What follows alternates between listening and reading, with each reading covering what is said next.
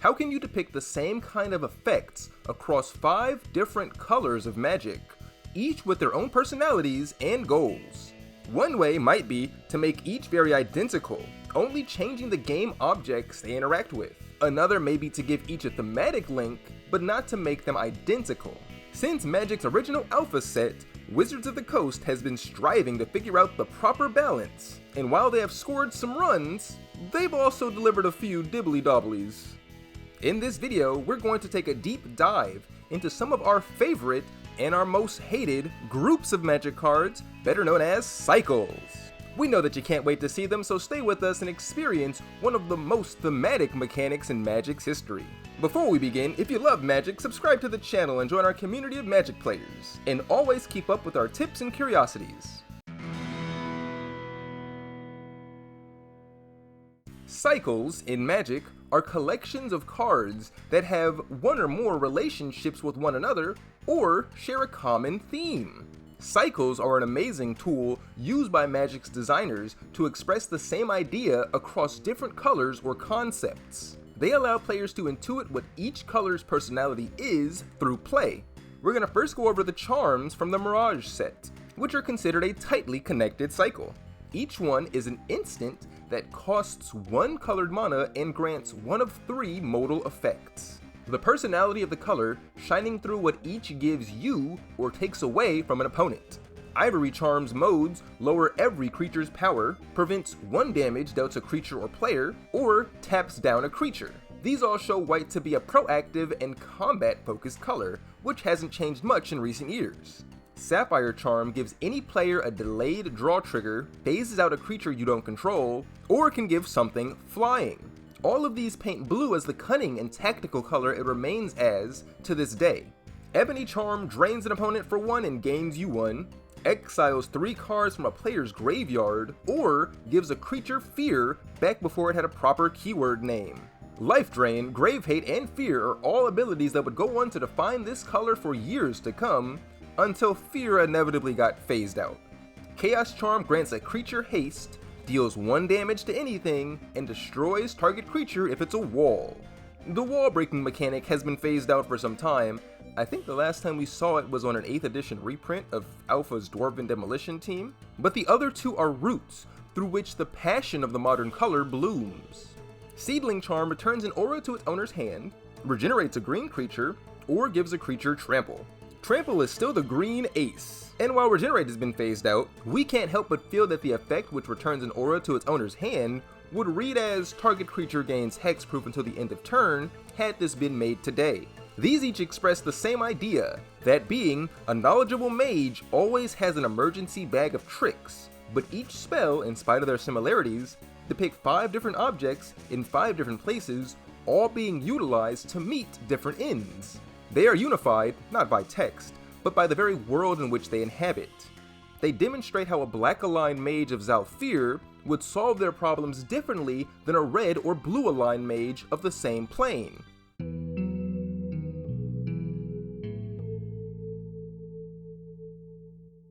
We personally dislike the second cycle of New Phyrexian Praetors, given that every aspect of each already exists on older Magic cards. While not bad cards by any metric, they lack the elegance, the simple and succinct design the original 5 excelled in. No wasted space and no room for question. When one of the original 5 hit the board, it would echo across the entire table. These 5 are considered a loosely connected cycle, given that each has the power, toughness, and mana value deemed most appropriate for their set. Their unity is formed in their abilities, which grant their controller a sizable buff, while debilitating the opponent's ability to do the same. Urabrask, the runt of the litter who loses to every other Praetor and trades with Jin-Gataxias, grants all of your creatures haste, while forcing opponents' creatures to enter tapped, boosting your speed and stifling your opponents. Jin-Gataxias, the highest mana valued one, draws its controller 7 on their instep to keep their hands full, while reducing the opponent's hand size by 7, removing their ability to end the turn with cards in hand. You still have to discard down to 7, but Jin grants its controller card advantage while stifling your opponents. Vorinclex causes its controller's lands to tap for 1 additional mana, while opponents' lands that are tapped for mana don't untap during their next turn. It functions as a massive ramp spell for its controller while attempting to cut off your opponent's mana base. Shieldred reanimates a creature from its controller's graveyard on each of their upkeeps, but forces each opponent to sacrifice a creature on each of their upkeeps, keeping your board populated while your opponent's boards are whittled away. Elesh Norn is, in our opinion, the most elegant of this cycle. It bolsters your board with a powerful Anthem, but also weakens every opposing creature, even destroying the small ones.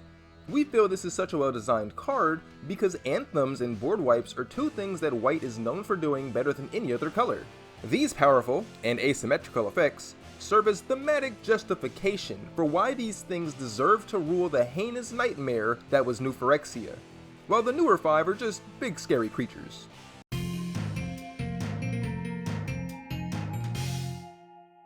Our favorite cycle comes from the 2011 core set, where 5 tightly connected Titans were printed. The Titan cycle features 5 different colored 6/6s, which each cost 2 mana of their color and 4 colorless. Each one has a color-specific keyword ability and an effect that triggers when it enters and attacks. These 5 taught us personally what each color cares about most through gameplay mechanics and reiteration. Each is basically the same creature, just forged in different mana sources. Frost Titan has Proto Ward too, and it freezes something whenever it enters or attacks. The difference between freezing something and tapping it is that it stays tapped for 1 untapped step when frozen, making it very similar to stun counters. Damn, Frost Titan really needs a functional reprint, or something. Primeval Titan has Trample and searches its controller's library for 2 lands when it enters or attacks. Note that we didn't say basic land, which may have contributed to it being the only one of the cycle to be banned in EDH. But Primetime fans rejoice because its functional reprint, while worse, is totally legal, because it specifies basics. Inferno Titan has a fire breathing effect, letting you pay a red mana to give it +1/+0 as many times as you can afford to activate it, and gives 3 damage to disperse as the controller sees fit when it enters or attacks. Grave Titan has Death Touch and creates 2 untapped 2/2 zombies whenever it enters or attacks to make sure you get some value out of it no matter what will happen to it after. Sun Titan has Vigilance, and when it enters or attacks, it reanimates a permanent from your graveyard with mana value 3 or less. These each exemplify their color's philosophy through their mechanical execution. Frost Titan went on to inspire future control staples, and its abilities are seen on many new cards today. Primeval Titan's Untamed Might was too good at outramping their opponent, so in future cycles, the green card tends to focus on +1/+1 counters as to not make another overpowered creature. Inferno Titan's non-stop and constant flow of pinpoint damage shows Red's prowess with direct damage effects, and it even lets its controller utilize any excess mana in the form of a power pump, leaning into the resourcefulness of Red. Grave Titan embodies Black's philosophy of power, as a 6/6 isn't going to be losing many fights, and any fight that it would lose, thanks to Death Touch, it now trades instead. This is all after making you several blockers to prevent an opponent from swinging back into you after the Grave Titan has died. Sun Titan is the Valor of White personified, standing tall as a blocker and attacker through Vigilance, and bringing the small, meek, and downtrodden back to the battlefield with each righteous swing. Did you guys know Sun Titan's our favorite card? His flavor text is literally the channel's slogan.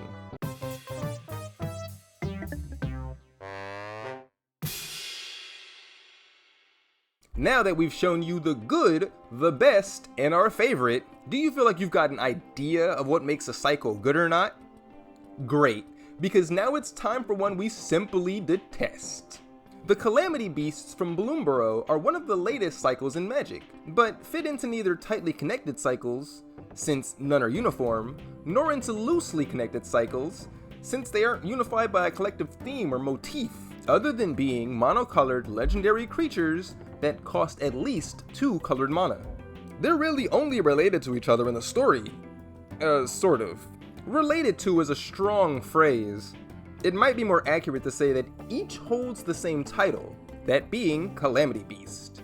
Not even their creature type is uniform, because one isn't even an elemental. They are each an incongruent hodgepodge of abilities, mana values, power, and toughness, which don't lean on the others at all.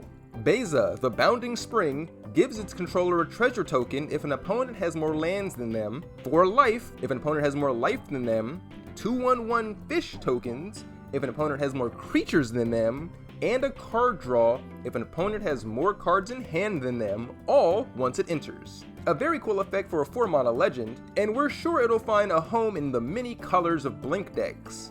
But what it is we don't understand is, what about unending springtime would cause rabbits, mice, and frogs to consider it a calamity?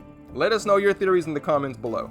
Eluge, the Shoreless Sea, gets its power and toughness from the number of islands its controller has in play. It also puts a flood counter on any target land, which makes it an island in addition to its other types, and then statically reduces the cost of your first instant or sorcery spell cast each turn by 1 blue mana, or a generic, for each land you control with a flood counter on it. This thing does a whole lot, from color fixing to spell cost reduction, and even enables island walk strategies. And none of the 3 we mentioned include hitting your opponent with your mana base, which is something this thing also can do. Lerma, Bellow of the Woods, also gets its power and toughness from the number of lands you control on top of Vigilance and Reach. It has an ability to mill 4 cards, then return all lands from your graveyard to play, but this only happens when it enters. Here we have a huge body, meant to be fed to greater good, and be recast every turn to capitalize on the raw value it produces. Maha, its Feathers Knight, has Flying, Trample, and Ward, discard a card, compounded with an ability that changes every creature you don't control's base toughness to 1. This is the Calamity Beasts with the least amount of text, but still, its ability to put everything in the killing range of Pestilence is nothing to sneeze at. Dragonhawk, Fate's Tempest, has Flying, and when it enters or attacks, it exiles the top X cards of your library, where X is the number of creatures you control with power 4 or greater. Then it allows you to play those cards until your next end step. At the start of which, Dragonhawk deals 2 damage to each opponent for each card still left in exile this way. Like a lot of cards, since Prophetic Flamespeaker plagiarized Niv Mizzet's Home's bottom text, this is supposed to be an impulse-themed pseudo-draw effect. We want to do an entire video on it. We think it's called bottling, but it's really neat. Now that you've seen them all, we hope you can see where things begin to fall apart. These 5 are completely disjointed. Some have effects that trigger when they enter and attack, while others only trigger when they enter. Lerma and Eluge both have fluctuating power and toughness, but one cares about all lands and the other only cares about islands?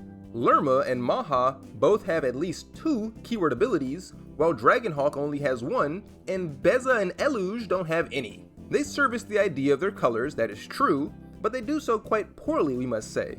Beza does embody that particular aspect of white that can never be ahead and is only rewarded when opponents are doing better than you. Eluge reduces instant and sorcery costs, but blue being obsessed with islands still feels really dated to us. Yes, they've been using flood counters a bunch recently, but back before the 2010s, it was just a merfolk thing. Maybe the waters aren't that deep, but they had a very clear chance to make a legendary Stormtide Leviathan, and they squandered it. They ruined it. I just want a Stormtide Leviathan. Lerma is the inevitable evolution of the power creep that has been keeping spells like Life from the Loam relevant since its debut. It is actually really cool to see how Wizards of the Coast started this effect as a 4-mana sorcery, then it grew into a 4-mana creature that mills on attack, which gives you the effect on death, to a 2-mana creature that mills when it enters and lets you pay for to get the same effect, now to a 6-mana legendary creature that mills and gets the effect once it enters. They seem to have really gotten into a groove that they like and are rolling with it. You know, good for them. Maha is arguably the most plain, and that isn't an insult. Far from it, in fact. We feel Maha is the best design of all 5. And had the others tried to be Maha in their own colors, having 2 of its colors' keyword abilities, a form of protection, and a powerful, and more importantly, unique static ability, this could have been a perfect cycle. And then there's the Dragonhawk, who we feel is the sole reason this cycle is so misshapen. It is the only one that is not an elemental, which may or may not be due to it not being a force of nature like the rest, but instead just a dragon who wandered into the plane through an omen path and was animal shifted into a bird. Ironically, if you have all 5 in play, Dragonhawk starts to go off, making it the most synergistic with the others, But this can be achieved with any group of large creatures, so take it as a point for or against it as you like. Maybe this invader supplemented the true red Calamity Beast, but until we return to Bloomborough, this is the cycle we've got. They just happen to look really tacky together. Thank you so much for watching. We've been Rude Kaiser, the magnanimous madman made monarch, hoping you enjoyed this little rant. Let us know in the comments if you agree or disagree with what we discussed here. And we just want to say thank you one more time for watching. We know you didn't have to, but we want you to know that it means a whole lot to us that you did.